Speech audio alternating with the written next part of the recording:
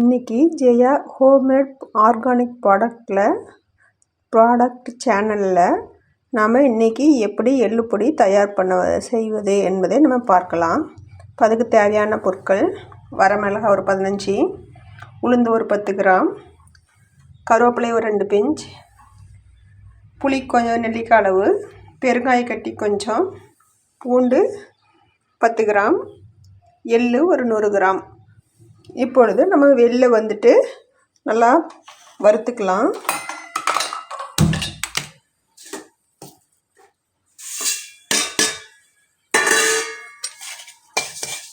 எள்ளு வந்துட்டு ரொம்ப உடம்புக்கு ரொம்ப நல்லது.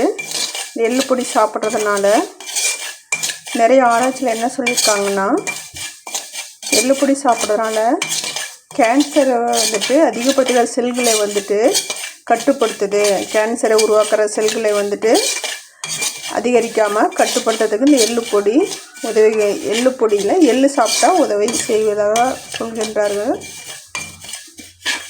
அதனால் நாம் இன்றைக்கி இந்த எள்ளு பொடியை நம்ம செய்யலாம். இது தோசை இட்லி கூடயும் போட்டு சாப்பிட்லாம்.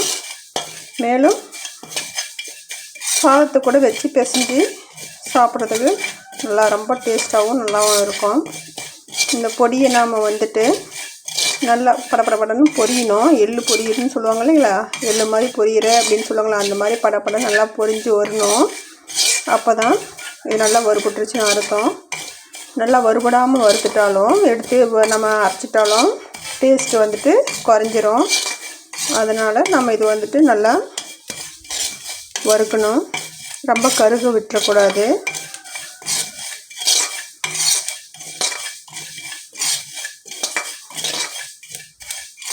இப்போ பாருங்கள், நல்லா பொரியுது.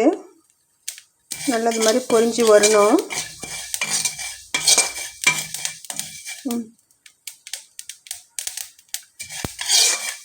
இந்த அளவுக்கு நல்லா பொரிஞ்சிச்சுன்னா எள்ளு வந்து வறுபட்டுருச்சுன்னு அர்த்தம் நமக்கு. இதை நம்ம வேறு ஒரு கடாயில் வேறு பாத்திரத்தில் மாற்றிக்கலாம். இப்போ நம்ம எள்ளு வந்து வறுத்ததை வேறு பிளேட்டுக்கு மாற்றியாச்சு. இப்போ கருப்பு உளுந்து, தோல் நீக்காமல் கருப்பு உளுந்து இருக்குது இல்லைங்களா, அதுதான் நமக்கு வந்துட்டு நார் சத்து கிடைக்கும். அதனால் நம்ம அதை அப்படியே வந்துட்டு நல்லா பொன் வரலாம் வறுத்துட்டு இது கூட நம்ம ஆட் பண்ணிக்க போகிறோம். இதுக்கு 10 கிராம் 2 ஸ்பூன் நம்ம கணக்கு வச்சுக்கலாம். 100 கிராம் எள்ளு பொடிக்கு இது நல்லா வறுத்து எடுத்துக்கலாம்.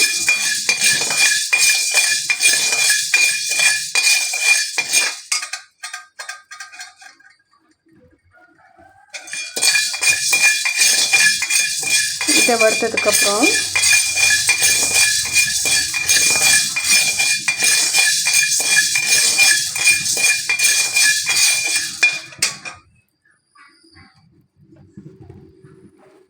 இப்போ வரமிளகாயை வந்துட்டு வறுத்துக்கலாம்.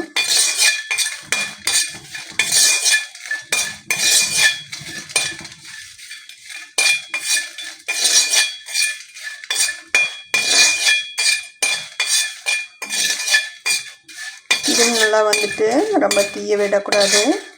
ஓரளவுக்கு நல்லா கலர் சேஞ்ச் ஆனதும் மறுமொருனானதும் நாம் இதை வேறு ஒரு தட்டத்துக்கு மாற்றிடலாம். வரமிளகாயை காரத்துக்கு தகுந்த மாதிரி போட்டுக்கலாம்.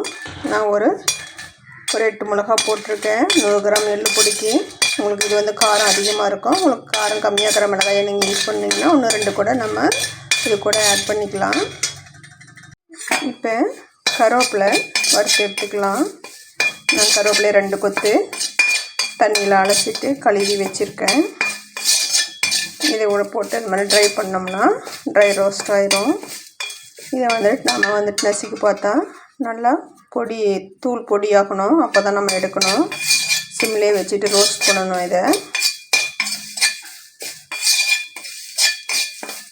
இது நல்லா வறுத்ததும் இது வேறு ஒரு தட்டத்துக்கு மாற்றிடலாம்.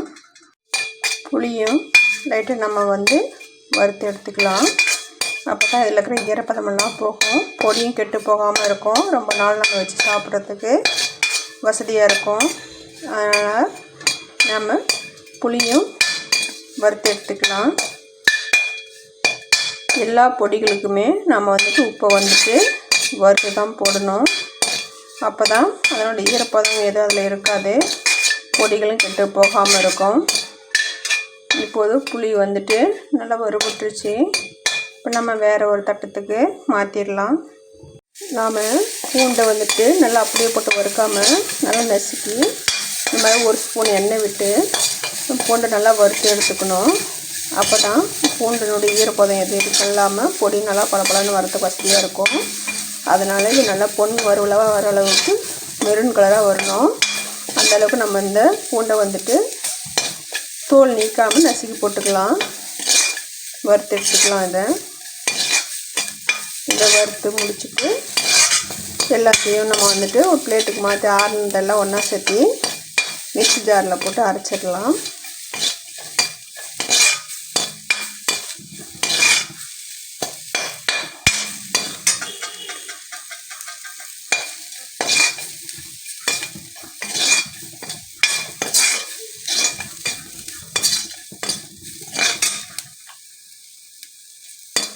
நம்ம சிமெண்ட் வச்சுக்கிட்டு ஃபுல்லாக வறுத்து எடுத்துடலாம்.